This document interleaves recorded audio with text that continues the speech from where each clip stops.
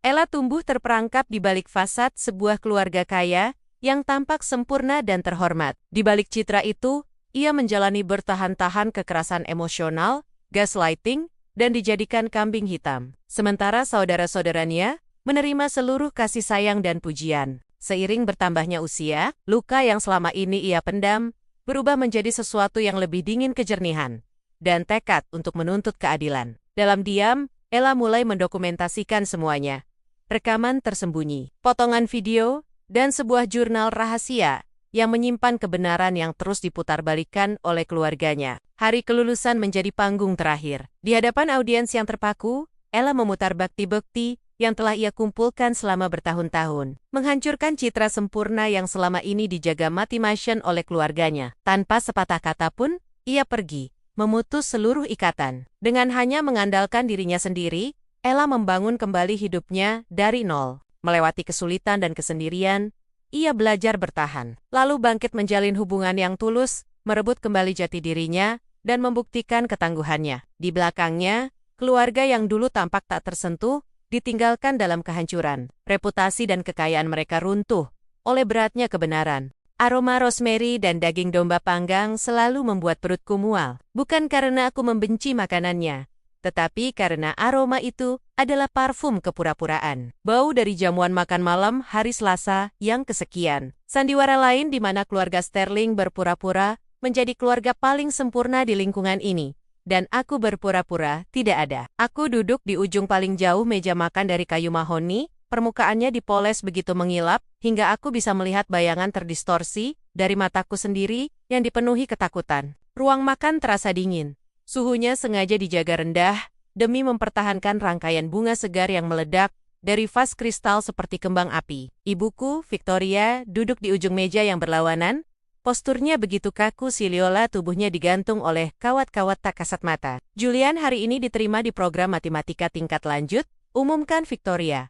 Suaranya berdenting seperti lonceng perak. Ia tersenyum lebar kepada para tamu.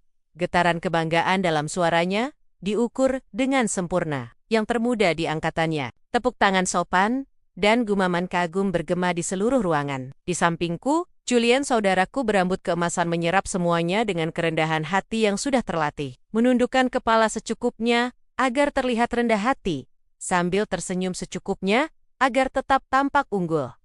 Kalau Marissa, tanya Mrs. Gable sambil sedikit condong ke depan, untayan mutiaranya beradu pelan dengan tepi meja. Bagaimana baletnya? Oh, dia seperti angsa. Ayahku, Richard, menyahut lantang dari kepala meja. Ia meraih dan menepuk bahu Marissa, yang duduk di sebelah kanannya tentu saja di sebelah kanannya. Instrukturnya bilang, lengkungan kakinya sempurna. Terlahir untuk panggung, aku tetap menangkupkan kedua tanganku di pangkuan. Menekan kuku ibu jariku ke telapak tangan hingga perih. Aku fokus pada rasa sakit itu. Itu satu-satunya hal yang terasa nyata di ruangan yang sesak oleh kebohongan. Aku menunggu pertanyaan, yang tak terelakkan pertanyaan basi-basi, yang biasanya muncul menjelang hidangan penutup. Pertanyaan itu tidak pernah datang. Percakapan mengalir mulus dari kaki Marissa ke merger baru ayah, melewatiku begitu saja. Aku adalah hantu di jamuan makan, noda yang tak pernah benar-benar bisa mereka hapus dari kain kehidupan sempurna mereka. Jadi mereka memilih menaruh pot tanaman di depannya, dan berharap tak ada yang memperhatikan. Ella, suara ibu menyayat udara tiba-tiba dan tajam.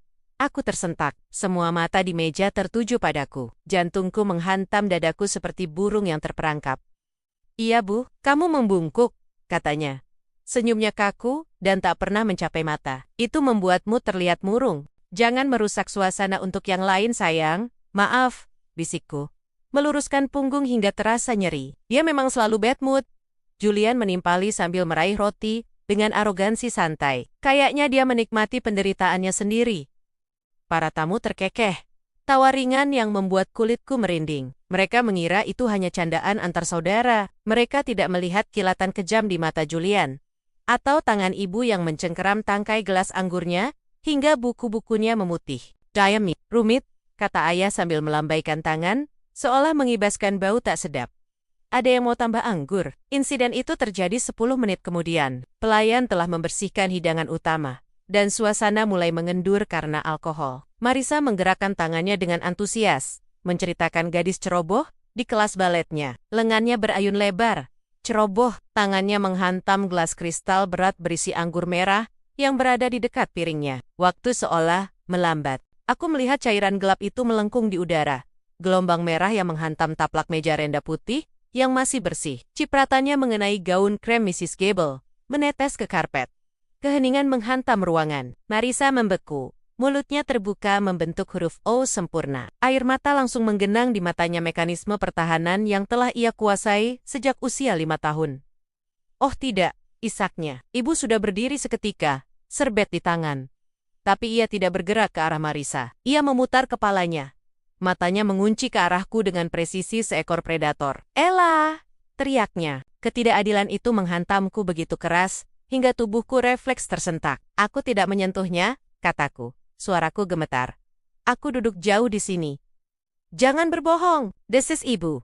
Topeng tuan rumah manisnya runtuh. Ia bergegas ke Mrs. Gable, menepuk-nepuk gaunnya dengan panik. "Aku melihat kamu menendang kaki meja. Aku melihatmu, Ella. Kamu melakukannya dengan sengaja karena iri dengan cerita adikmu." "Aku tidak." Aku menoleh ke ayah, putus asa. "Ayah, aku tidak bergerak." Marisa menyenggol gelas itu dengan tangannya. Ayah meletakkan garpunya dengan ketenangan yang disengaja dan mengerikan. Ia menatap Marisa yang kini terisak pelan, memainkan peran korban dengan sempurna. Lalu ia menatapku. "Adikmu menangis, Ella. Kamu senang sekarang?" Tanyanya dengan suara rendah dan berat. "Minta maaf pada Mrs. Gable dan adikmu." "Tapi aku tidak. Minta maaf." Suaranya meletup seperti cambuk. Ruangan membisu. Para tamu menunduk menatap piring mereka, canggung. Tak mau ikut campur dalam pendidikan keluarga. Aku menatap Mrs. Gable, yang memberiku senyum iba dengan bibir terkatup rapat, jelas mempercayai narasi, bahwa akulah anak ceroboh dan pendengki itu. Aku merasakan sensasi panas yang familiar di belakang mataku, tekanan air mata yang kutolak jatuh. Aku berdiri, kakiku gemetar. "Aku minta maaf, Mrs. Gable," kataku. Suaraku kosong. "Aku minta maaf, Marisa. Pergi ke kamarmu," bentak ibu tanpa menatapku. "Setelah kamu membersihkan kekacauan ini, pelayan tidak akan melakukannya. Kamu." Sisa malam itu berlalu dalam kabut penghinaan. Saat keluarga dan para tamu pindah ke ruang tamu untuk menikmati brandy dan coklat, aku berlutut di lantai ruang makan. Bau anggur tumpah itu menyengat, seperti darah lama. Aku menggosok karpet dengan sikat kasar dan soda klub. Bulu sikatnya mengoyak kulit tanganku. Aku bisa mendengar mereka tertawa di ruangan lain. Aku bisa mendengar Julian memainkan piano. Nadanya melayang di lorong, mengejekku dengan keindahannya. Aku adalah pelayan. Aku adalah kambing hitam. Wadah tempat mereka menuangkan semua kebusukan, agar mereka tetap terlihat murni. Ketika para tamu akhirnya pergi, rumah itu berubah. Kehangatan menguap, digantikan dingin steril setelah pesta. Aku telah selesai membersihkan karpet dan berada di dapur, membilas kain lap bernoda merah di wastafel. Ketika ibu masuk, ia tak lagi tampak seperti nyonya rumah ramah. Wajahnya tegang, riasannya mengendap di garis-garis sekitar mulutnya. Ia bersandar pada pulau marmer, mengamatiku. "Kamu mempermalukan kami malam ini," katanya pelan. Aku mematikan keran. Air menetes berirama. "Marisa yang menyenggol gelas itu, Bu." Ibu melihatnya. "Hentikan," katanya. Suaranya terdengar lelah, seolah kebohonganku melelahkan dirinya. "Kenyataan yang kamu ciptakan di mana kamu selalu jadi korban itu tidak sehat, Ella. Kami memberimu segalanya. Rumah indah, pendidikan, makanan, dan kamu membalasnya dengan sabotase kecil seperti ini." "Aku tidak menciptakannya," kataku sambil mencengkeram tepi wastafel. Aku diam. Aku melakukan persis seperti yang ibu minta. Ayah masuk, melonggarkan dasinya. Ia melirik kain lap basah di tanganku. "Nodanya hilang." "Hampir," jawabku. "Hampir tidak cukup," gumamnya sambil membuka kulkas. "Kamu akan membayar pembersih profesional dari uang sakumu." "Richard," ibu mendesah. "Dia tidak punya uang saku lagi. Bulan lalu dia memakainya untuk mengganti vas yang ia pecahkan." "Aku juga tidak memecahkannya," bisikku. Meski tahu sia-sia, Julian melempar bola di dalam rumah. Ayah membanting pintu kulkas.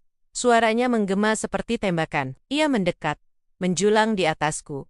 Ia tidak memukulku. Ia tak pernah memukulku. Ia tidak perlu. Ia menggunakan kehadirannya, kekecewaannya, untuk menghancurkanku. "Mengapa kamu selalu berbohong, Ella?" tanyanya dengan kebingungan tulus, seolah ia benar-benar percaya pada sejarah versi barunya. "Julian latihan hari itu. Jadwalnya ada. Mengapa kamu selalu menyalahkan orang lain atas kesalahanmu sendiri? Ini patologis. Pikiranku berputar. Julian ada di rumah hari itu. Ia bolos latihan. Aku mengingatnya dengan jelas karena ia tertawa saat vas itu pecah, menyuruhku bersenang-senang dengan itu, lalu kabur lewat pintu belakang, beberapa saat sebelum ibu masuk. Namun melihat wajah ayah yang yakin dan tegas, aku merasakan pijakan di bawah kakiku goyah. Apa aku salah? Pertanyaan itu. Cacing kecil penuh racun menggali masuk ke otakku. Apa aku membayangkannya? Mungkin Julian benar-benar latihan. Mungkin aku yang menendang meja malam ini. Mungkin aku memang masalahnya. Aku tidak tahu. Gumamku. Pergi dari hadapanku, kata ayah sambil membelakangiku. Aku lari. Aku menaiki tangga belakang tangga yang biasa dipakai staf menuju lantai 2. Kamarku berada di ujung lorong. Yang paling kecil, awalnya mungkin direncanakan sebagai ruang jahit atau kamar bayi. Itu satu-satunya tempat di rumah ini di mana aku bisa bernapas. Aku menutup dan mengunci pintu, lalu menyeret kursi meja belajar ke bawah gagang pintu. Itu ritual, barikade rapuh melawan pengepungan psikologis di luar sana. Aku duduk di tepi ranjang. Tanganku gemetar tak terkendali. Aku menatapnya merah dan perih akibat gosokan.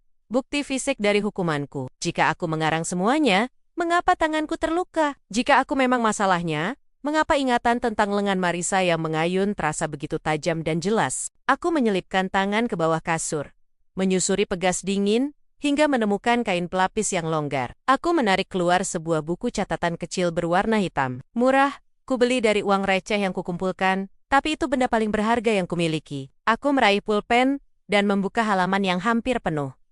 14 Oktober Ober. Tulisanku bergerigi. Makan malam. Keluarga Gebel. Ke-19,45 Marisa menjatuhkan gelas anggur dengan tangan kanan saat bercerita tentang kelas balet. Gerakannya lebar. Aku duduk sekitar 1 meter darinya. Aku tidak bergerak. Ibu menyalahkanku. Bilang aku menendang meja. Ayah membelanya. Aku disuruh membersihkan. Julian tertawa. Aku menatap tulisan itu. Membacanya kembali menancapkanku ke kenyataan. Itu satu-satunya cara menghentikan gaslighting, menggerogoti kewarasanku. Saat mereka mengatakan putih itu hitam, aku bisa membuka buku ini dan melihat bahwa aku menulis putih. Aku teringat insiden vas itu. Aku membalik beberapa halaman ke belakang. The 3rd of September, Julian bolos latihan. Pulang pukul 16, melempar bola di foyer. Vas-ming pecah, kabur lewat pintu belakang. Ibu menyalahkanku. Aku tidak gila, bisikku pada kamar yang kosong. Keheningan rumah menekan jendela, berat dan gelap. Aku tidak gila. Namun saat aku duduk di sana, mendengarkan suara teredam keluargaku, menonton televisi di bawah tawa. Kebersamaan. Kehangatan yang sepenuhnya terlarang bagiku, aku menyadari bahwa menjadi benar saja tidak cukup. Mengetahui kebenaran tidak menghentikan hukuman. Aku berusia 12 tahun, dan aku sudah menjadi hantu dalam hidupku sendiri. Bayangan. Aku menatap buku catatan itu lagi. Itu bukan sekadar buku harian, itu adalah bukti. Katalog keke zaman kecil yang dilakukan tanpa rasa bersalah. Saat itu aku belum tahu akan melakukan apa dengannya. Aku tidak punya rencana, garis waktu, atau bayangan balas dendam. Yang kupunya hanya kebutuhan putus asa untuk membuktikan setidaknya pada diriku sendiri bahwa aku ada. Bahwa mataku melihat kebenaran. Aku menutup buku itu, menyelipkannya kembali ke celah rahasia di kasur, lalu berbaring dalam gelap, mendengarkan rumah itu tenang, menunggu hari berikutnya, dan kebohongan berikutnya.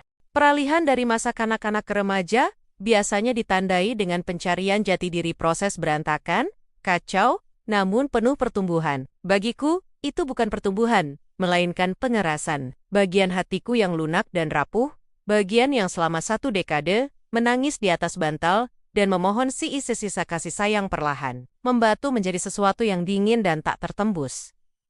Perubahan itu tidak terjadi tiba-tiba. Ia terjadi seperti gesekan lempeng bumi yang lambat dan menghancurkan, dipicu oleh satu kesadaran sederhana. Air mataku bukan mata uang di rumah ini. Air mataku adalah bahan bakar. Usia 13 mengalir menjadi 14, dan dinamika di rumah Holloway berubah dari sekadar pengabaian menjadi olahraga predator yang aktif. Kakakku, Julian, diterima di sekolah persiapan bergengsi St. Jude's. Adikku, Claire, dengan cepat menjadi bintang di sirkuit berkuda lokal. Sementara aku hanya ada noda di lanskap kesuksesan mereka yang sempurna. Variabel statis yang tak bisa mereka pecahkan.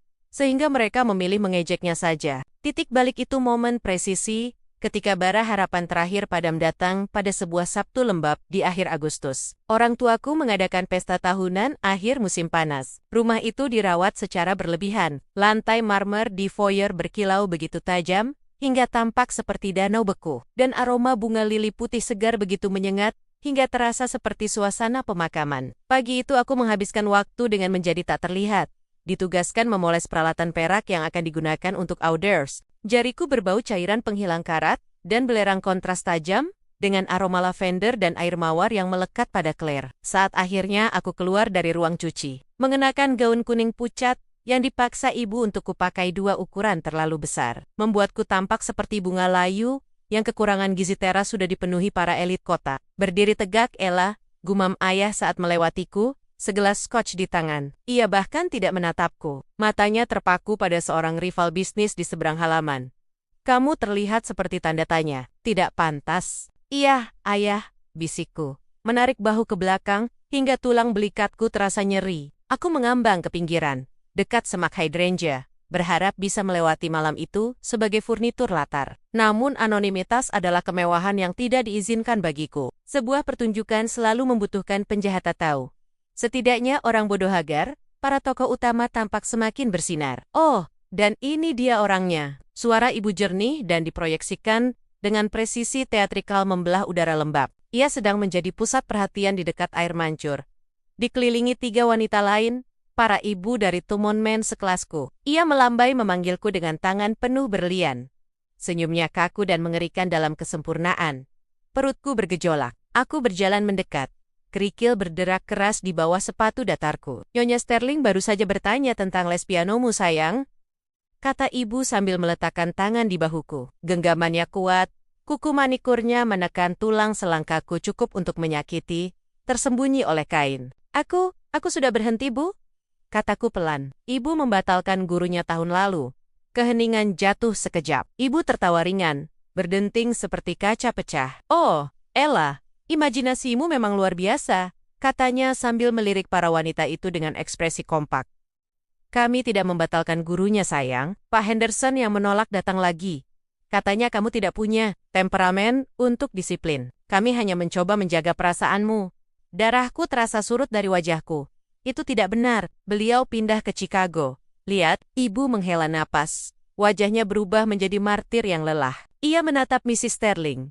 Kebohongannya yang paling mengkhawatirkan. Dr. Errington bilang ini mekanisme coping karena kurangnya integrasi sosial, tapi tetap saja melelahkan. Kami memberinya segalanya, guru privat, kesempatan, cinta, dan dia menulis ulang sejarah agar dirinya selalu jadi korban. Ini patologis. Sungguh. Para wanita itu bergumam simpati. Bukan untukku, melainkan untuknya. Pasti berat sekali, Evelyn, kata Mrs. Sterling sambil menepuk lengan ibu. Apalagi Julian dan Claire malaikat. Kami memikul salib kami, kata ibu sambil menekan bahuku lebih keras. Ibu jarinya menekan saraf. Kami hanya berdoa, dia akan tumbuh dewasa, dana terapinya selalu kami siapkan.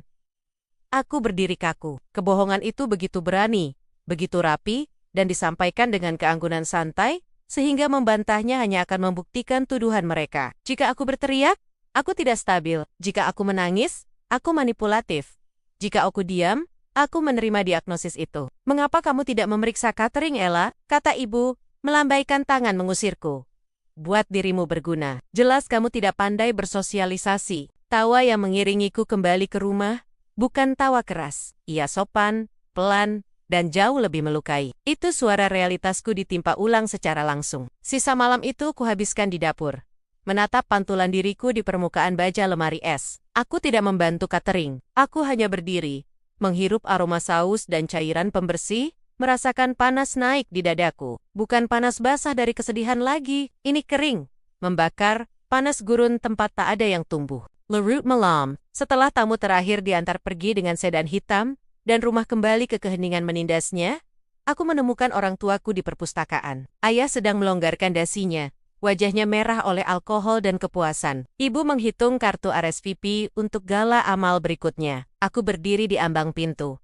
Ella yang lama akan pergi tidur. Ella yang lama akan menulis entry buku harian, penuh air mata. Tapi sesuatu di dalam biologi otakku telah terhubung ulang di teras tadi. Pak Henderson mengirimiku kartu pos dari Chicago, kataku. Suaraku tenang bahkan mengejutkanku sendiri. Ayah mendongak, kesal.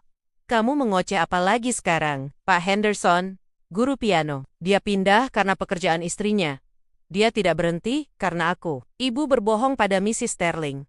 Ibu bahkan tidak mengangkat wajahnya dari kartu. Jangan menguping, Ella. Itu tidak sopan. Ibu mempermalukanku. Desakku. Melangkah masuk. Karpet Persia terasa lembut di kakiku. Kontras dengan tepi tajam percakapan. Ibu bilang, aku pembohong patologis. Ibu bilang, aku tidak stabil secara mental. Ibu akhirnya berhenti. Ia berbalik perlahan, wajahnya menjadi topeng kekecewaan dingin. Aku sedang berbasa-basi, Ella. Aku menutupi kecanggunganmu. Kamu berdiri di sana seperti gargoyle bisu. Aku harus menjelaskan perilakumu entah bagaimana. Dengan berbohong, dengan mengelola narasi, bentak ayah sambil membanting gelas ketatakan. Suaranya menggema seperti tembakan. Ibumu melindungi reputasi keluarga ini. Kalau kamu bertingkah seperti manusia normal, alih-alih anak pemurung, dan tak tahu berterima kasih, dia tidak perlu membuat alasan. Itu bukan alasan. Suaraku meninggi. Itu kekejaman. Ayah menikmatinya. Ayah berdiri, tubuhnya tinggi, dan ia menggunakan tinggi badannya sebagai senjata. Ia melangkah mendekat, menjulang di atasku hingga aku bisa mencium scotch basi dan kolon mahal. Kamu mau bicara soal kekejaman? Desisnya pelan. Kekejaman itu punya anak yang menyedot kegembiraan dari setiap ruangan yang ia masuki. Kekejaman itu melihat ibumu bekerja mati mesin menyediakan hidup ini, hanya untuk kamu merajuk, menatap, dan menghakimi kami dengan mata kosong itu. Kamu adalah beban, Ella. Beban yang berat, mahal, dan melelahkan. Jika kami sedikit menulis ulang kebenaran, agar beban itu lebih bisa diterima oleh teman-teman kami, kamu seharusnya berterima kasih karena kami tidak mengirimmu ke sekolah asrama. Ia mendekat lebih jauh. Jangan salah artikan toleransi kami sebagai kasih sayang. Kamu ada di rumah ini karena kami mengizinkannya. Sekarang enyah dari hadapanku, aku menatapnya. Benar-benar menatapnya. Bertahun-tahun aku mencari secuil kehangatan yang ia berikan pada Julian. Kebanggaan yang ia limpahkan pada Claire. Kupikir jika aku mendapat nilai lebih baik, membersihkan rumah lebih rapi, tersenyum lebih sering, aku akan menemukannya. Kini aku sadar, lemari itu kosong. Tidak ada apapun di sana. Tidak ada cinta yang ditahan, memang tidak pernah ada cinta. Iya, ayah, kataku. Kepatuhan itu otomatis, tapi niat di baliknya telah berubah. Aku tidak setuju. Aku mundur untuk memperkuat diri. Aku berbalik dan keluar dari perpustakaan. Punggungku tegak. Aku menaiki tangga besar yang melengkung, melewati galeri foto keluarga. Julian memegang piala. Claire di atas kudanya. Potret orang tuaku seperti bangsawan. Dondi Sadut, foto kecilku yang buram di latar belakang liburan pantai, setengah tertutup payung. Aku masuk ke kamarku dan menutup pintu. Tidak membantingnya. Aku memutar kunci dengan bunyi klik logam yang pelan. Kamar itu gelap. Hanya diterangi cahaya bulan yang menyaring dari pohon willow di luar. Aku duduk di meja belajarku. Tanganku gemetar bukan karena takut, melainkan kelebihan adrenalin. Percakapan di perpustakaan berulang di kepalaku. Tapi kali ini aku tidak hanya merasakan perihnya, aku menganalisisnya. Narasi. Ayah menggunakan kata narasi, mengelola narasi, menjelaskan perilakumu. Mereka adalah pendongeng. Itulah kekuatan mereka. Mereka mengendalikan cerita keluarga kami. Dan dalam cerita itu, aku adalah penjahat. Mereka bisa mengatakan apa saja, melakukan apa saja, dan karena mereka cantik, kaya, dan memikat, dunia mempercayai mereka. Kebenaranku, ingatanku, realitasku menguap begitu keluar dari bibirku, karena aku tidak punya kredibilitas. Aku menatap cermin di atas lemari. Gadis yang menatap balik terlihat berbeda.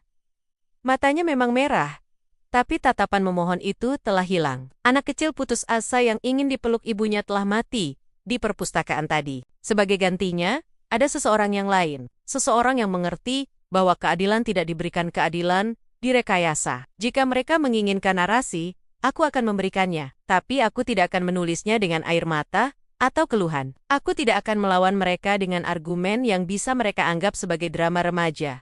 Aku membuka laci teratas mejaku. Tersembunyi di bawah tumpukan tugas sekolah lama, ada sebuah buku catatan kecil, berlapis kulit hadiah Natal generik, bertahun-tahun lalu. Tak pernah kupakai. Aku mengklik pulpen, suaranya keras di keheningan kamar. 24 Agustus. Kutulis. Pesta akhir musim panas. Aku mulai menulis. Aku tidak menulis perasaanku.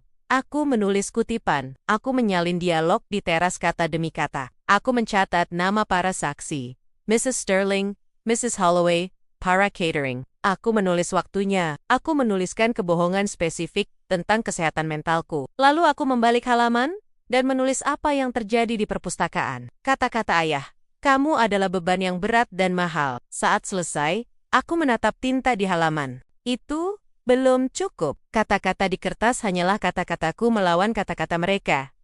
Aku butuh lebih. Aku butuh yang tak terbantahkan. Aku butuh suara mereka. Aku butuh tindakan mereka yang tertangkap utuh. Tak bisa dipelintir oleh pesona mereka. Aku menatap kamera digital lama di rak.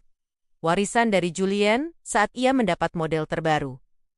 Kamera itu bisa merekam video. Ada mikrofon, senyum dingin dan muram menyentuh bibirku. Bukan senyum bahagia. Itu senyum seorang prajurit yang menemukan senjata berisi peluru di lumpur. Mereka mengira aku hantu di rumah ini. Mereka mengira aku tak terlihat. Tapi mereka lupa apa yang dilakukan hantu. Hantu menghantui. Dan hantu melihat segalanya. Aku menutup buku catatan itu. Pemberontakan ini tidak dimulai dengan teriakan. Ia dimulai dengan goresan pena dan matinya cinta seorang anak pada keluarganya. Aku selesai mencoba menjadi bagian dari keluarga ini. Aku akan membongkarnya. Perangkat itu lebih kecil dari sebungkus permen karet sebuah, persegi panjang hitam, dari plastik murahan yang kubeli dengan uang makan siang yang kukumpulkan selama 3 bulan. Benda itu terasa berat di saku bajuku. Bukan karena bobot fisiknya, melainkan karena gravitasi mengerikan dari makna yang dikandungnya. Itu adalah batu bata pertama dari benteng yang sedang kubangun. Senjata pertama dalam sebuah perang, yang bahkan tidak disadari oleh keluargaku, bahwa mereka sedang menjalaninya. Aku duduk di meja makan mahoni, permukaannya dipoles hingga mengilap seperti cermin, memantulkan versi wajah kami yang terdistorsi dan grotesk. Udara ruang makan selalu dingin membekukan. Kontras tajam dengan panas lembab bulan Juli, yang menekan jendela-jendela besar. Ibuku, Evelyn, duduk di kepala meja, posturnya kaku, memotong filet mignon dengan presisi bedah. Ayahku, Markus, menggulir email di ponselnya. Cahaya biru dari layar menerangi ketidakpeduliannya. Saudara-saudaraku Julian dan Chloe Yashik berdebat tentang kota Eropa mana yang akan mereka kunjungi untuk liburan musim panas. Perjalanan yang dengan jelas mengecualikanku. Paris itu klise, ejek Julian, sambil melambaikan garpunya. Aku ingin ke Praha. Arsitekturnya jauh lebih unggul. Tapi semua temanku ke Pantai Amalfi. Rengek, Chloe sambil menatap ayah dengan mata lebar polos. Dedi, bilang ke dia kalau Amalfi lebih bagus. Markus bahkan tidak menoleh. Selesaikan sendiri, jaga anggarannya tetap masuk akal. Masuk akal? Ulang ibu. Akhirnya mengangkat pandangan, tapi matanya tidak tertuju pada Julian atau Chloe. Matanya tertancap padaku. Ngomong-ngomong soal masuk akal, Ella, aku menerima email dari guru BK-mu hari ini. Jantungku menghantam tulang rusuk seperti burung terperangkap. Aku mengenal nada itu. Aku menyelipkan tanganku ke saku kardigan. Ibu jariku menyentuh slider bertekstur alat perekam. Klik, getaran kecil menandakan alat itu aktif. Aku punya IPK 4,0, kataku pelan, menundukkan pandangan ke piring. Tentang apa? Dia mengirim email. Bukan soal nilaimu meski Tuhan tahu kamu tidak punya bakat lain untuk dibanggakan, kata ibu. Suaranya menurun menjadi bisikan halus berbahaya yang biasanya mendahului ledakan. Ini soal sikapmu. Katanya kamu menolak ikut program mentoring sebaya. Kamu bilang ke Mrs. Gable, kamu tidak punya waktu. Memang tidak, jawabku. Memaksa suaraku tetap stabil. Aku harus membersihkan rumah kolam setiap Selasa dan Kamis. Dan tim taman tidak lagi menyiangi sisi utara, sejak ibu memecat mereka. Itu tugasku sekarang kan? Keheningan yang menyusul terasa menyesakan. Satu-satunya suara hanyalah pisau Julian yang menggesek piring porselen. Permisi, ibu meletakkan alat makannya. Dentingannya menggema di ruangan sunyi. Kamu menyiratkan bahwa kontribusimu di rumah ini adalah beban. Aku hanya menyebutkan jadwal yang ibu buat. Kamu anak tak tahu terima kasih, gumam ayah. Akhirnya mengunci ponselnya. Ia menatapku dengan campuran lelah dan jijik. Kami memberimu atap, pakaian, dan menoleransi suasana hatimu yang murung. Dan kamu tidak bisa membantu tanpa melemparkannya ke wajah kami. Aku tidak melempar. Jangan menyela. Suaranya menggelegar, membuat gelas kristal bergetar. Ibu jariku menekan alat di saku lebih kuat. Rekam ini, pikirku. Rekam nadanya. Rekam kebenciannya. Kamu parasit, Ella, kata ibu, Suaranya kembali tenang, namun tetap berbisa. Julian dan Chloe unggul karena mereka punya semangat, dorongan. Kamu hanya menghabiskan ruang. Yang paling tidak, kamu bisa membayar hidupmu dengan sedikit kerja kasar. Tapi tidak, kamu malah mempermalukan kami di sekolah dengan berpura-pura jadi korban. Dia mungkin bilang ke orang-orang kalau kita membuatnya kelaparan. Cekiki Chloe, menutup mulut dengan tangan terawat. Astaga Ella, kamu dramatis sekali. Aku tidak mengatakan apapun ke Mrs. Gable, selain bahwa aku sibuk, bantahku, meski tahu pembelaan pembohong, desis ibu.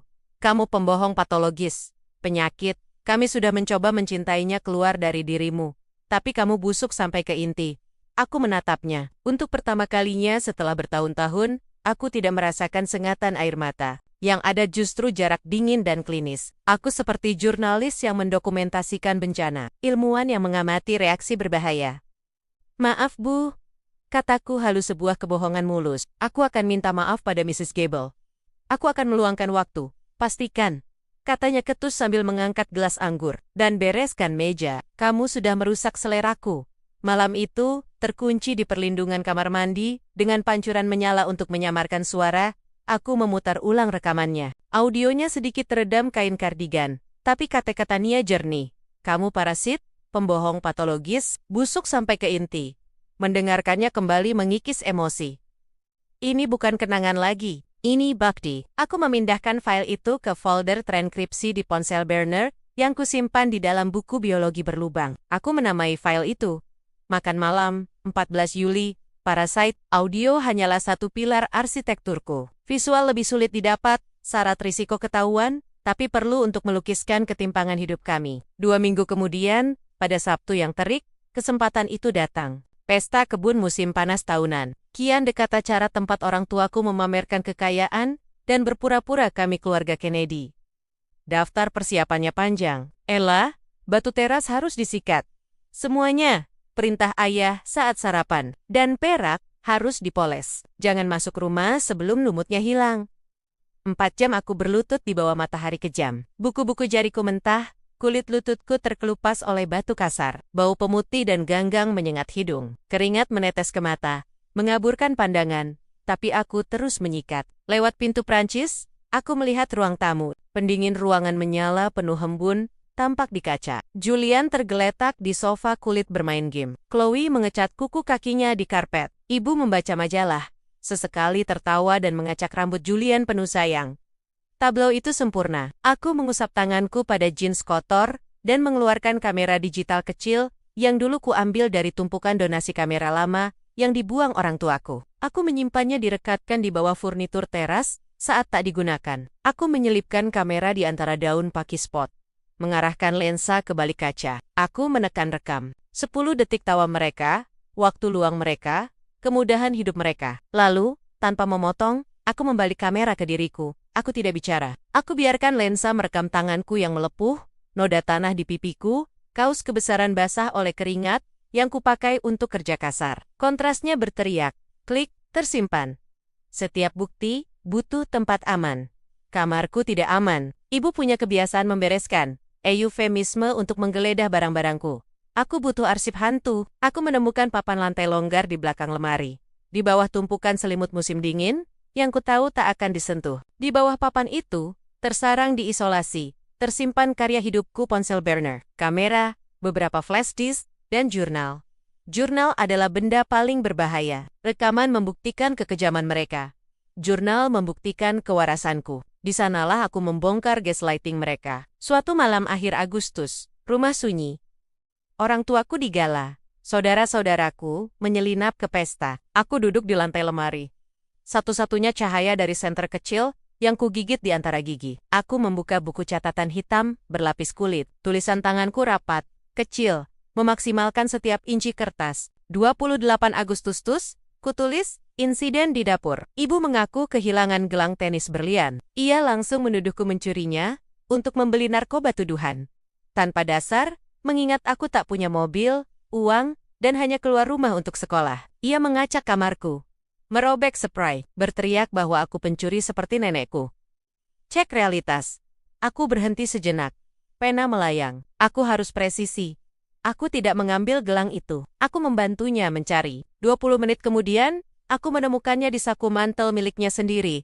Mantel yang dipakai ke brunch. Saat kutunjukkan, ia tidak minta maaf. Ia berkata, "Kamu pasti menaruhnya di sana supaya aku terlihat gila." Analisis, proyeksi, dan gaslighting. Ia tak bisa menerima kesalahan. Aku jadi wadah inkompetensinya.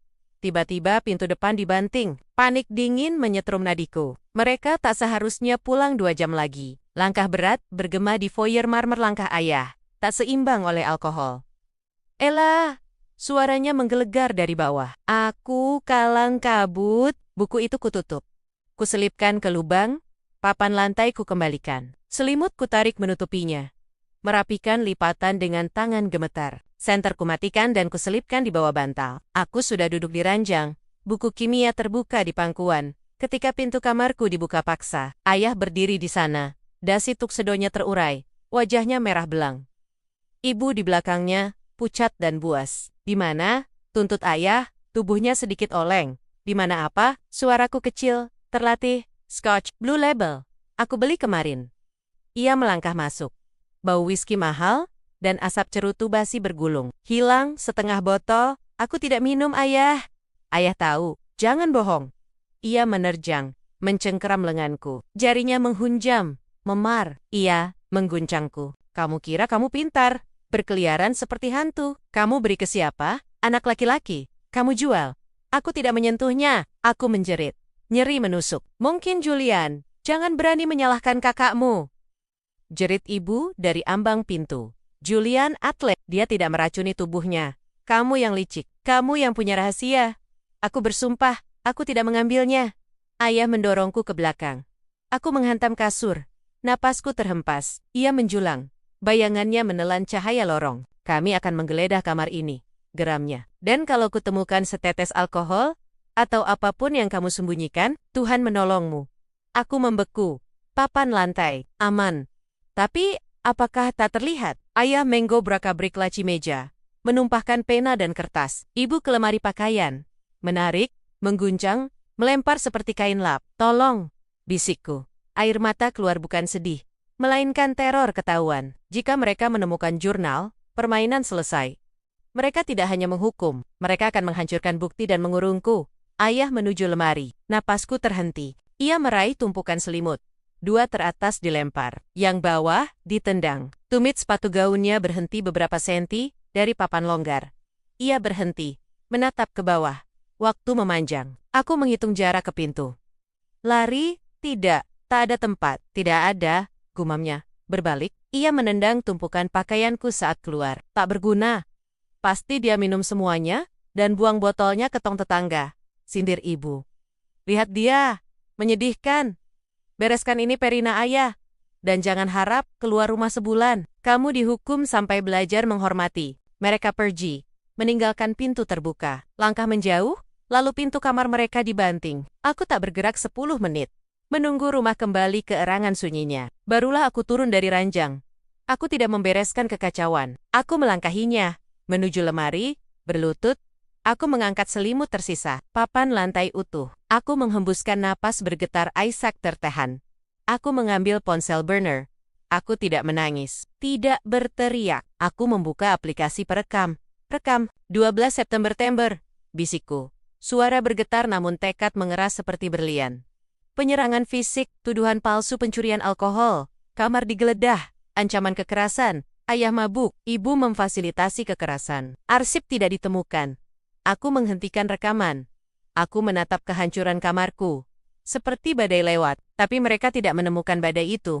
Akulah badai, dan aku baru mengumpulkan kekuatan. Sisa malam kuhabiskan membersihkan bukan karena patuh, tapi untuk menghapus sidik jari mereka dari tempat perlindunganku. Saat melipat pakaian dan menata meja, aku merasakan pergeseran. Ketakutan yang melumpuhkan berubah menjadi bahan bakar. Setiap hinaan adalah data. Setiap memar adalah sitasi. Setiap jam kerja paksa adalah adegan dalam dokumenter kejatuhan mereka. Aku tidak sekadar bertahan. Aku mengkurasi sebuah pameran, dan pada hari kelulusan, aku akan membuka pintunya dan membiarkan dunia melihat mahakarya yang mereka ciptakan. Aku duduk di meja saat matahari mulai merembes pucat ke tirai. Aku membuka buku biologi. berpura-pura belajar. Tapi pikiranku jauh menyusun lini masa, menata berkas di kepala. Aku bukan lagi anak mereka. Aku adalah arsitek kehancuran mereka, dan cetak birunya hampir lengkap. Bilah progres digital di layar laptopku bergerak maju dengan kecepatan yang menyiksa. Seperti cacing hijau ramping yang merayap menuju takdir yang selama ini kurancang dalam bayang-bayang. 98%, 99%. Napasku tersangkut di tenggorokan, tertahan di udara kamar yang pengap. Dengung kipas pendingin laptop terdengar seperti mesin jet di tengah keheningan rumah. Raungan yang terasa mampu membangunkan naga-naga tidur di ujung lorong. Selesai, kotak dialog itu akhirnya muncul. Aku tidak tersenyum. Tak ada kegembiraan di sini. Hanya kebutuhan dingin yang telah mengeras. Aku mencabut flash disk itu, sebuah stik kecil berbahan aluminium buram. Tak lebih besar dari ibu jariku, lalu menahannya di bawah seberkas cahaya bulan yang menyelinap lewat tirai. Rasanya berat. Atau mungkin pikiranku saja yang memberi bobot fisik pada kehancuran yang tersimpan di dalam sirkuitnya. 5 gigabita kehancuran. Bertahun-tahun air mata, teriakan, dan penghinaan sunyi yang dipadatkan menjadi kode biner. Flash disk itu kuselipkan ke dalam saku tersembunyi yang kujahit sendiri di bagian dalam toga kelulusanku beberapa hari lalu. Letaknya menempel di tulang rusukku, seperti jantung mekanis kedua yang berdetak seirama dengan denyut nadi ketakutanku. Di bawah, jam kakek berdentang pukul 2 pagi. Hari ini adalah hari kelulusan. Tidur adalah hal yang mustahil. Aku berbaring di atas selimut, menatap cetakan mahkota di langit-langit kamar, mengulang koreografi kehancuranku sendiri dan kelahiranku kembali.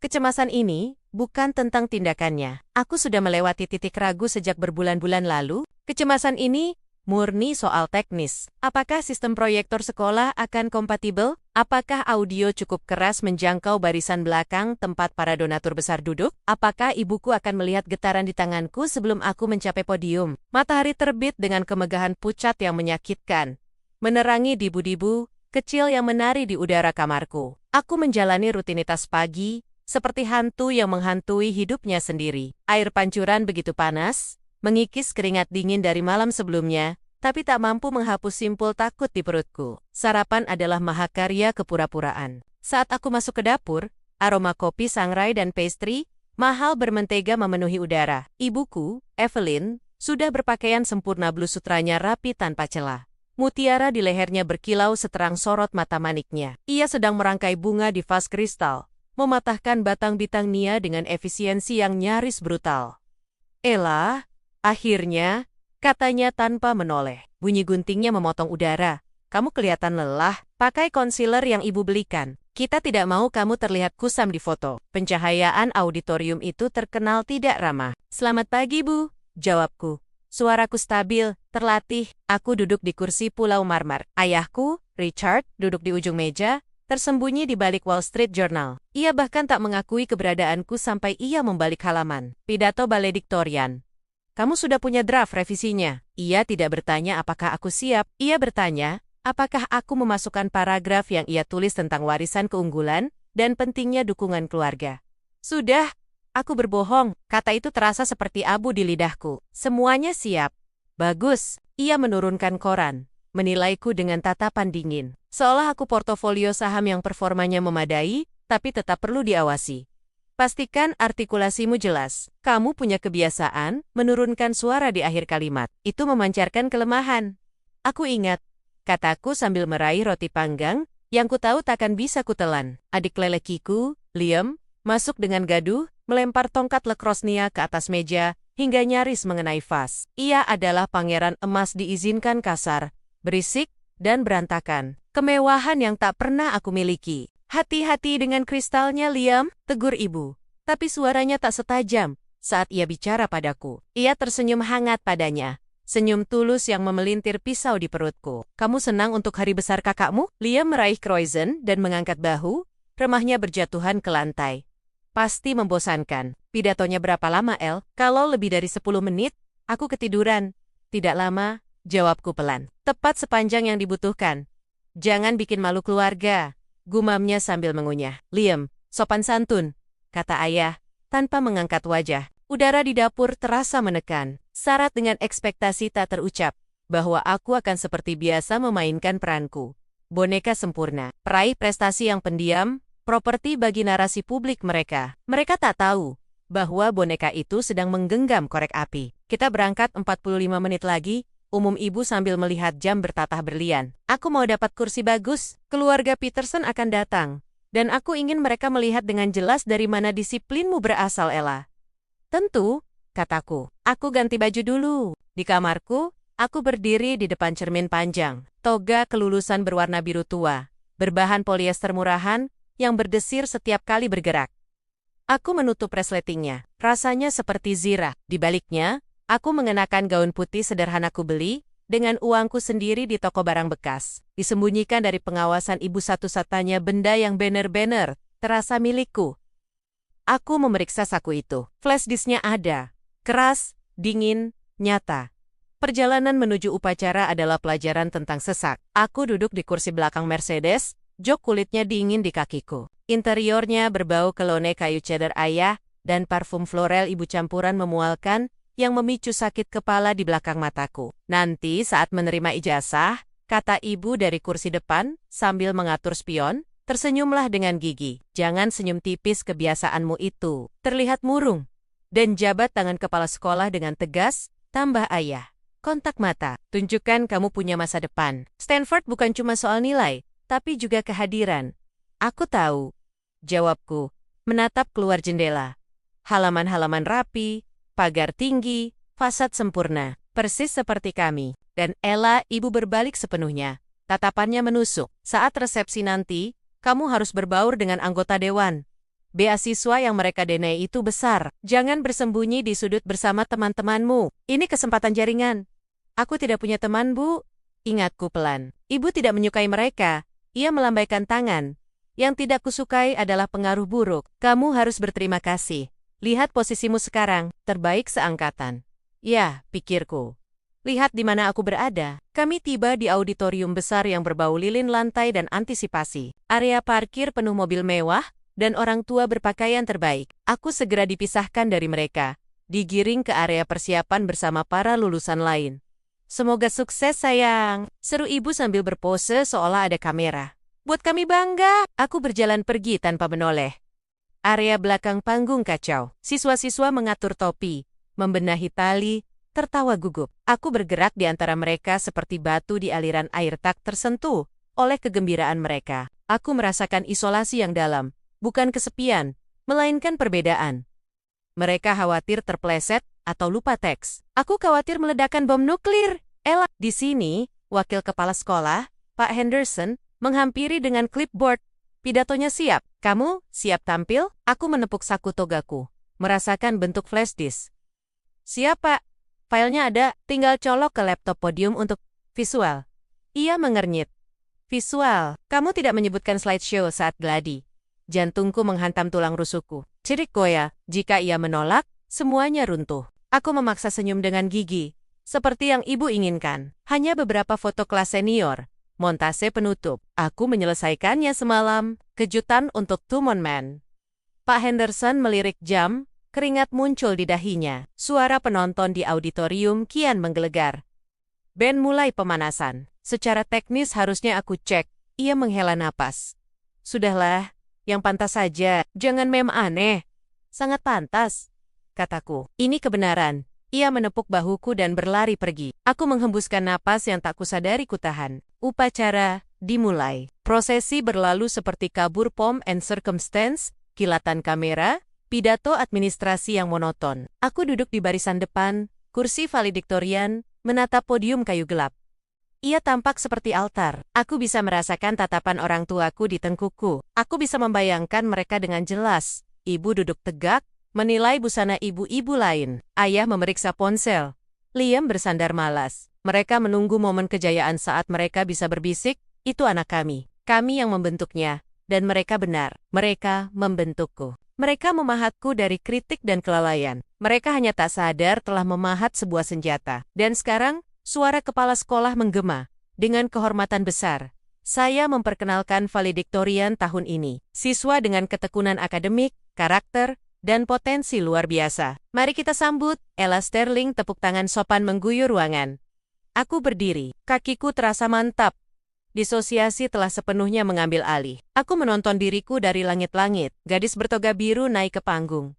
Mendekati podium, menatap lautan wajah. Lampu menyilaukan. Aku menyepet, mencari di kegelapan sampai kutemukan mereka tengah. Baris keempat. Ibu tersenyum lebar. Ponselnya terangkat merekam. Ayah menatapku, tangan bersilang, wajah kepemilikan yang puas. Mereka tampak begitu bangga. Begitu sempurna. Aku meraih saku dan mengeluarkan flash disk perak. Tanganku tak bergetar. Kucolokkan ke port USB laptop podium. Layar menyala. File. Truth. MP4 kursor melayang di atasnya. Terima kasih, kepala sekolah, para guru, dan keluarga, kataku ke mikrofon. Suaraku menggema, tenang, tanpa getar. Kita sering diberitahu bahwa kelulusan adalah sebuah awal. Langkah menuju masa depan. Aku berhenti. Sunyi, mutlak. Tapi sebelum melangkah maju, kita harus memahami dari mana kita berasal. Kita harus mengakui hal-hal yang membentuk kita, tangan-tangan yang memahat kita. Aku menatap langsung baris keempat. Ibu menurunkan ponselnya sedikit. Kebingungan melintas di wajahnya. Ini bukan naskahnya. Orang tuaku mengajarkanku banyak hal. Lanjutku, jariku melayang di atas tombol enter. Mereka mengajarkanku nilai keheningan, harga kesempurnaan. Dan hari ini, aku ingin membagikan pelajaran itu kepada kalian semua. Aku tak berkata lagi. Aku menekan tombol itu. Aula itu berbau lilin lantai, parfum basi, dan kecemasan lembab, yang berat kecemasan 500 remaja, yang sedang menunggu hidup mereka dimulai. Pendingin ruangan berdengung rendah. Suara mekanis yang merambat lewat telapak sepatuku. Tapi sama sekali tak mampu menembus panas pengap dari tubuh-tubuh yang berhimpitan. Aku duduk di barisan depan, kursi valediktorian, menatap serat kayu lantai panggung yang mengilap. Tanganku terlipat di pangkuan, menyentuh plastik dingin dan halus dari flash disk yang tersembunyi di balik lipatan toga biru tuaku. Itu bukan sekadar alat penyimpanan. Itu granat dengan pin yang sudah tercabut, menunggu tanganku melepaskan pengaitnya. Dan sekarang, suara kepala sekolah Holloway menggema dari pengeras suara, sedikit terdistorsi oleh dengungan feedback yang membuat hadirin meringis. Kami persilakan valediktorian kita Ella Sterling untuk naik ke panggung. Ella telah menjadi teladan keunggulan akademik dan martabat sunyi seorang cendekia sejati. Martabat sunyi, frasa itu terasa seperti abu di lidahku. Itulah peran yang disematkan padaku sejak lahir, yang pendiam, yang tak terlihat, yang menyerap racun agar yang lain bisa berkilau. Aku berdiam, gesekan togaku terdengar memekakan di telingaku sendiri, seperti daun kering terseret di atas beton. Saat aku menaiki anak tangga kayu, sorot lampu menghantamku menyilaukan dan panas. Aku berkedip, menyesuaikan mata dengan silau, sampai akhirnya bisa melihat lautan wajah di aula yang digelapkan. Aku langsung menemukan mereka. Baris ketiga, tengah, bangku keluarga Sterling. Ibuku, Evelyn, mengenakan setelan Chanel kuning pastel, yang harganya lebih mahal dari mobil kebanyakan orang, senyumnya kaku dan sempurna seperti porselen. Ayahku, Richard, duduk bersilang kaki, melirik jam tangannya, memancarkan kepentingan gelisah seorang pria yang merasa punya tempat lebih penting untuk dituju. Saudara-saudaraku, Lucas dan Sarah duduk di kiri kanannya, tampak bosan, sibuk dengan ponsel. Sudah menunggu makan malam perayaan di mana mereka pasti kembali menjadi pusat perhatian. Mereka tampak sempurna. Mereka tampak sukses. Mereka tampak seperti kebohongan. Aku tiba di podium. Mikrofon berbau logam dan air liur. Aku meletakkan pidato yang sudah kusiapkan setumpuk kertas kosong di atas mimbar.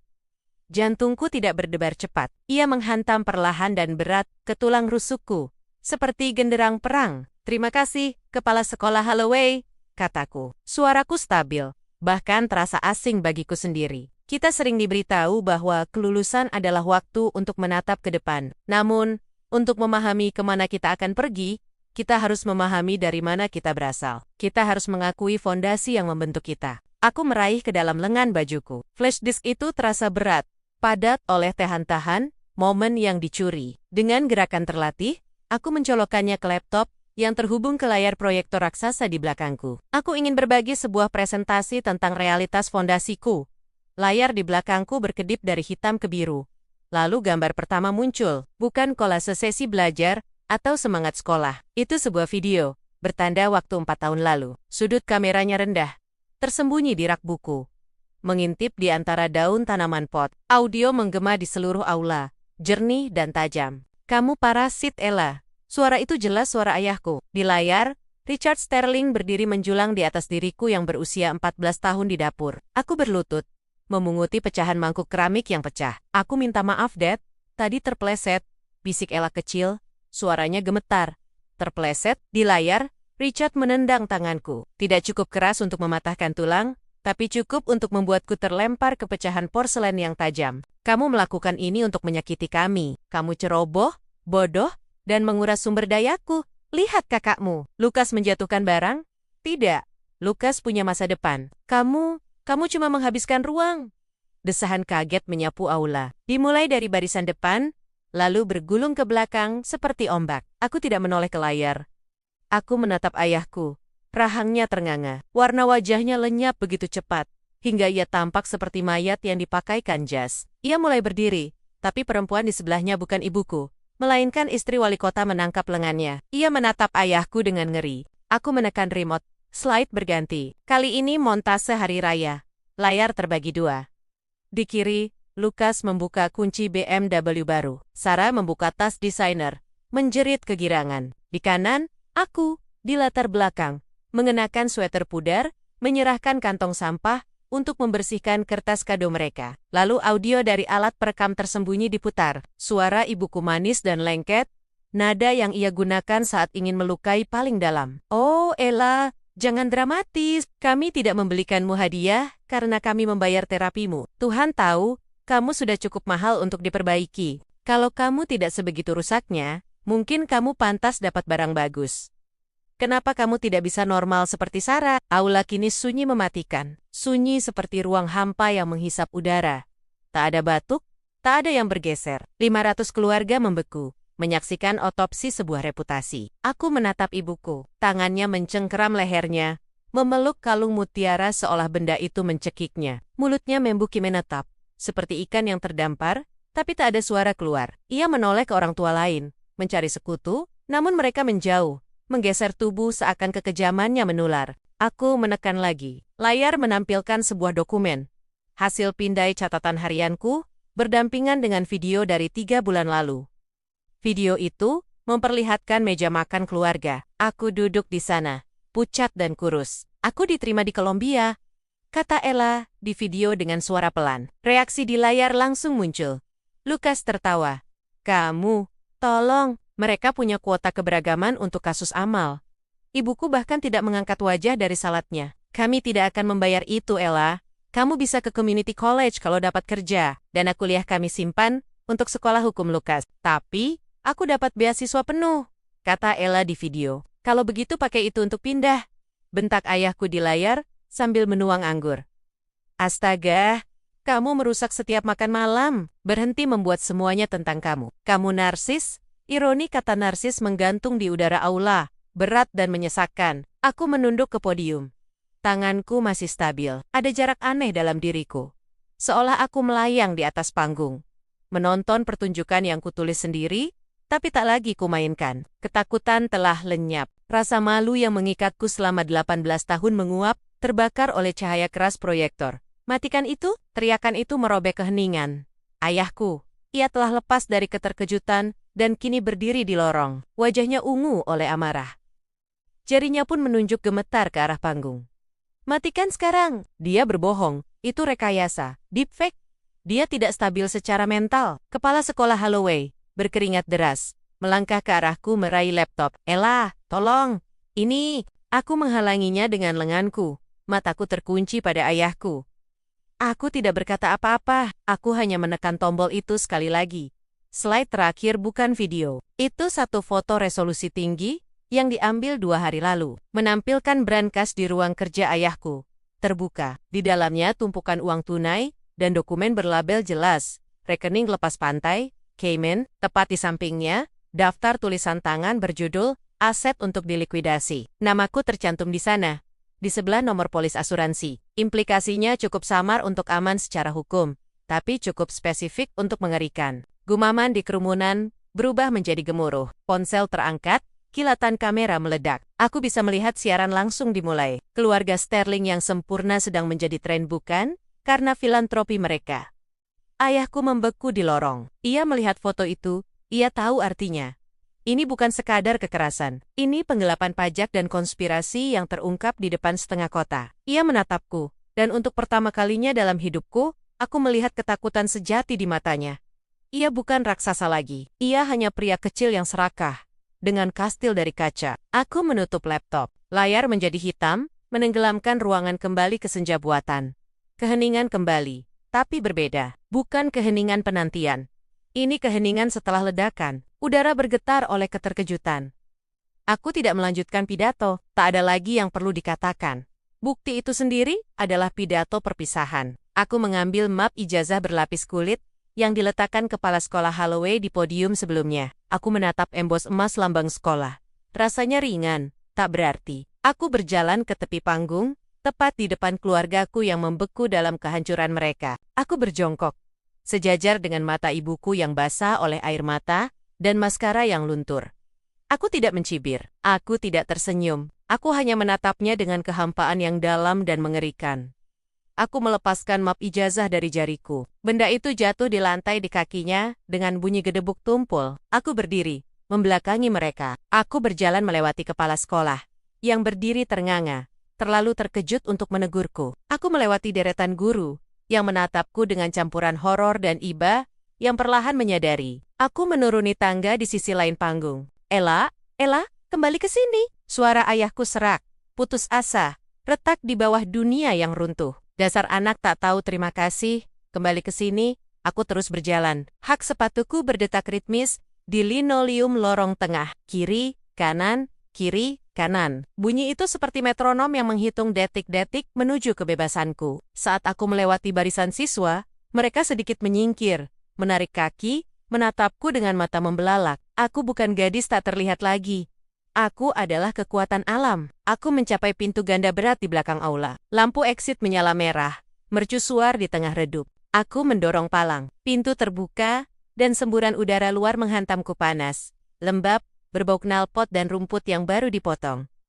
Bau termanis yang pernah kucium. Di belakangku, kekacauan meletus. Aku mendengar teriakan, jerit melengking ibuku, gemuruh ratusan suara sekaligus, seperti badai terperangkap dalam botol. Aku melangkah ke anak tangga beton, dan membiarkan pintu berat itu menutup dengan dentuman keras. Suara itu memutus kebisingan seketika. Sunyi, sunyi yang nyata, terbuka, hanya dipecah oleh kicau burung jauh, dan dengung lalu lintas di jalan raya. Aku tidak menoleh ke gedung itu. Aku tidak memeriksa ponselku. Aku menanggalkan toga kelulusan biru tua itu, membiarkannya menggenang di pergelangan kakiku seperti kulit lama yang terkelupas. Kutinggalkan di beton kotor. Di baliknya, aku mengenakan jeans dan kaos seragam hidup baruku. Aku berjalan menuju area parkir, tempat sedan tuaku yang penyok menunggu dengan bagasi penuh dan tangki bensin terisi. Matahari terbenam, melukis langit dengan memar ungu dan oranye. Namun cakrawala terbuka lebar. Aku menarik napas memenuhi paru-paruku sampai terasa perih. Aku kosong. Aku tak punya keluarga, tak punya rumah, tak punya uang, selain yang kukumpulkan diam-diam. Namun, untuk pertama kalinya dalam 18 tahun, aku nyata. Pintu baja berat aula itu mengunci dengan bunyi klik di belakangku, memutus suara kekacauan yang baru saja kulepaskan. Sedetik sebelumnya, ada gemuruh ratusan suara bingung dan jeritan nyaring ibuku. Detik berikutnya, hanya tersisa keheningan sore yang lembab dan berat, serta dengungan lalu lintas jauh di jalan raya. Kakiku yang tadi membawaku melintasi panggung, dengan keteguhan seorang prajurit mendadak, terasa seperti air. Aku bersandar pada dinding bata kasar, di luar gedung. Terengah-engah menghirup udara yang tidak berbau parfum mahal, dan kebohongan lama. Aku menunduk menatap tanganku. Tanganku gemetar begitu hebat, hingga map ijazah kosong, karena kertas di dalamnya sudah kubuang ke tong sampah dekat pintu keluar terlepas dari genggamanku dan berderak jatuh ke beton. Aku tidak memungutnya. Aku tidak membutuhkannya. Sebuah taksi kuning yang ramping sudah menunggu di tepi jalan, persis seperti yang kuatur 3 hari sebelumnya. Sopirnya, pria tua dengan topi datar dan mata lelah, menoleh saat aku mendekat. Ia tidak tahu bahwa ia sedang menatap seorang gadis yang baru saja membakar dinastinya sampai rata dengan tanah. Ia hanya melihat seorang lulusan berseragam polyester. Bandara? Tanyanya.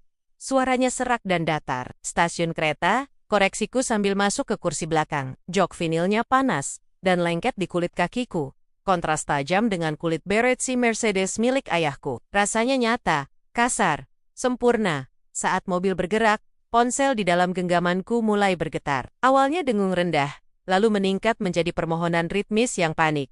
Ibu, lalu ayah, lalu Sera. Layar menyala dengan nama-nama mereka, berkedip seperti suar peringatan. Aku menatapnya, melihat notifikasi menumpuk pesan-pesan yang tanpa perlu kubaca pun ku tahu isinya. Berganti-ganti antara ancaman pemutusan hubungan dan perintah putus asa untuk kembali dan memperbaiki ini. Semuanya baik-baik saja di belakang, Nona? Tanya sopir, melirik lewat kaca spion saat getaran itu terus berlanjut. Lebih dari baik, bisikku. Aku menurunkan jendela. Angin menerpa rambutku, menyengat mata. Aku menatap ponsel itu untuk terakhir kalinya. Benda ini adalah tali kekang, kerah, pelacak, dengan ketenangan yang bahkan membuatku sendiri takut. Aku membuka penutup belakangnya, menyelipkan kuku di bawah kartu SIM, lalu mematahkannya menjadi dua. Aku menjatuhkan potongan kecil itu keluar jendela, menyaksikannya memantul sekali di aspal, sebelum lenyap di bawah ban truk besar yang melaju di belakang. Ponselnya menyusul sesaat kemudian, hancur menghantam trotoar. Sunyi, sunyi mutlak mengerikan. Indah, malam pertama adalah yang tersulit. Aku memesan kamar di motel pinggir jalan 3 kota dari sana. Tempat dengan papan neon berkedip yang berdengung seperti lalat sekarat. Kamarnya berbau asap rokok lama dan pembersih lemon industri. Karpetnya kaleidoskop noda coklat dan spray tipis serta kasar. Aku duduk di tepi ranjang, toga kelulusanku menggenang di lantai seperti kulit yang terkelupas. Aku memiliki $3.000 tunai uang yang kukumpulkan perlahan selama 4 tahun, dari biaya buku dan perjalanan sekolah, dan sebuah ransel pakaian yang kusembunyikan di loker terminal bus sehari sebelumnya. Panik yang dingin dan tajam mulai naik di dadaku. Aku berusia 19 tahun. Aku tidak punya referensi, tidak punya mobil, dan baru saja mempermalukan 2 orang paling berkuasa di kaunti ini. Adrenalin pertunjukan telah memudar, menyisakan rasa hampa yang nyeri di perutku. Aku meringkuk ke samping, menarik lutut ke dada. Kamu tidak tahu berterima kasih, bisik suara ibuku dalam ingatan. Kamu bukan apa-apa tanpa kami. Aku Ella, kataku lantang ke kamar kosong. Suaraku pecah. Aku Ella, dan aku bebas. Aku mengulanginya sampai kata-kata itu kehilangan keasingannya dan mengambil bobot doa. Aku tidak tidur malam itu. Aku mendengarkan suara jalan raya, pintu mobil yang dibanting, pertengkaran teredam di kamar sebelah. Untuk pertama kalinya dalam hidupku, kekacauan di luar tidak menakutkanku karena di sini tak ada yang mengawasiku. Tak ada yang menghakimiku. Aku sendirian. Dan dalam kesendirian itu, aku menemukan batu pertama fondasi baruku. 6 bulan kemudian, aku duduk di ruang istirahat diner, tempat aku bekerja sebagai pelayan, mengaduk 1 sachet gula ke dalam kopi suam-suam kuku. Televisi di sudut menayangkan program berita siang. Biasanya aku mengabaikannya. Dengung suara hanya latar bagi bunyi piring, tapi sebuah nama yang familiar menarik perhatianku. Mengajukan kebangkrutan bab 11, menyusul penyelidikan yang masih berlangsung, aku menoleh. Layar menampilkan foto rumah masa kecilku. Tampak lebih kecil dari yang kuingat. Kemegahannya terkelupas oleh lensa kamera berita yang kejam. Foto sisipan memperlihatkan ayahku, tampak kurus dan kusut, menutupi wajah dari paparazi saat keluar dari gedung pengadilan. Gila, lihat orang itu, kata rekan kerjaku Jenna, bersandar di kusen pintu, sambil mengelap tangan dengan lap. Katanya, dia nyalarin uang lewat akun amal bertahun-tahun. Istrinya ketangkep rekaman teriak-teriak ke pegawai. Psikopat total. Aku menyesap kopi perlahan. Iya, kataku netral. Kelihatannya akhirnya menyusul mereka. Kamu dengar soal anak perempuannya? Tanya Jenna, mengunyah permen karet. Jantungku menghantam tulang rusuk, burung liar mendadak dalam sangkar. Kenapa dia, yang membocorkan semuanya, hilang dari muka bumi? Ada yang bilang pindah ke Eropa, ada juga yang bilang ganti nama. Gila sih nyalinya, menghancurkan kekayaan segitu. Kalau aku, mending ambil uangnya lalu kabur. Mungkin uangnya tidak sebanding dengan harganya. Kataku pelan. Jenna mengangkat bahu, berbalik ke dapur. Mungkin, meja 4 minta isi ulang. Aku menatap layar 1 detik lagi. Teks berjalan di bawah, menyebut pengucilan sosial dan aset disita saudara-saudaraku. Kubaca di koran beberapa minggu lalu. Sedang kalang kabut dana perwalian mereka dibekukan, lingkar sosial mereka menutup barisan terhadap racun nama keluarga itu. Imperium yang dibangun dari penampilan runtuh, begitu tirai disibakkan. Ada sensasi aneh di dadaku, bukan sukacita. Aku tidak merasa senang melihat ayahku hancur, atau ibuku dipermalukan. Itu hanya perasaan keseimbangan yang dipulihkan. Timbangan telah miring, dan gravitasi melakukan sisanya. Aku berdiri, mengikat celemek lebih kencang, dan membelakangi televisi. Aku masih punya meja untuk dilayani.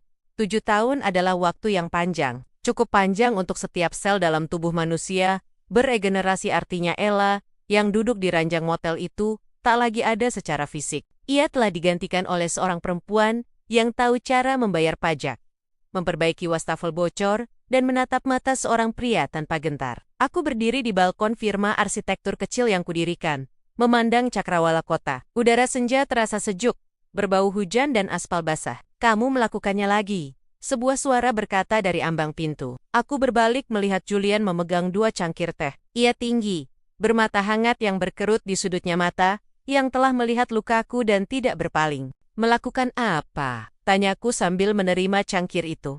Keramiknya hangat di telapak tanganku, nyaman dan menjejakkan. Menatap cakrawala seperti menunggu invasi. Katanya lembut, bergabung di pagar balkon. Aku menyesap teh. Earl Grey. Persis kesukaanku. Kebiasaan lama. Kadang aku masih menunggu sepatu kedua jatuh. Bangun dan menyadari semua ini cuma halusinasi. Julian meletakkan tangannya di punggung bawahku. Sentuhannya ringan, tak menuntut apapun. Ini nyata, El. Kamu yang membangunnya. Firma ini, apartemen ini, kita. Kamu yang meletakkan setiap batunya. Aku tahu, kataku, bersandar padanya. Hanya saja, aku membaca artikel hari ini. Obituari. Julian sedikit menegang. Siapa? Ayahku, kataku. Kata-kata itu terasa seperti abu. Gagal, jantung, sendirian di apartemen sewaan di kota. Julian memutar tubuhku menghadapnya, mencari ekspresiku. Apa yang kamu rasakan? Aku tidak tahu. Aku mengaku. Kupikir aku akan merasa bersalah. Atau menang, tapi kebanyakan. Aku hanya merasa jauh, seperti membaca kabar orang asing yang meninggal di negara jauh. Kamu sudah lama meratapinya, kata Julian. Kamu meratapi ayah yang kamu inginkan, dan mengubur ayah yang kamu punya. Itu terjadi hari kamu berjalan turun dari panggung itu. Aku menatap lampu-lampu kota, ribuan jendela menyala seperti bintang. Aku sangat marah saat itu, Julian. Aku digerakkan oleh amarah dan kebutuhan akan balas dendam. Kupikir membongkar mereka akan memperbaiki diriku. Apakah itu terjadi? Tidak. Aku menggeleng. Itu menghentikan pendarahan. Tapi penyembuhan, itu terjadi di momen-momen sunyi. Saat aku menyelesaikan GD, saat aku kerja shift ganda, untuk membayar sekolah drafting, itu terjadi saat aku bertemu kamu, dan belajar bahwa cinta bukan transaksi. Aku meletakkan cangkir di pagar, dan menatap tanganku. Tanganku kuat, bertanda noda tinta, dan kapalan kerja keras. Bukan lagi tangan gemetar seorang korban. Aku merebut kembali narasinya, bisikku. Baru menyadari kebenarannya. Aku bukan hanya mengakhiri cerita mereka. Aku memulai ceritaku. Julian tersenyum, hangat dan tulus, menerangi senja. Dan itu cerita yang luar biasa, Ella. Aku menoleh ke pintu kaca kantorku. Di dalam, blueprint terbentang di atas meja lebar rencana pusat komunitas yang sedang kurancang untuk remaja berisiko. Tempat dengan ruang terbuka, cahaya, dan rasa aman. Tempat yang dirancang untuk melindungi, bukan menyembunyikan. Ya, kataku, membelakangi cakrawala gelap dan melangkah menuju cahaya ruangan. Dan aku baru mulai masuk bagian terbaiknya.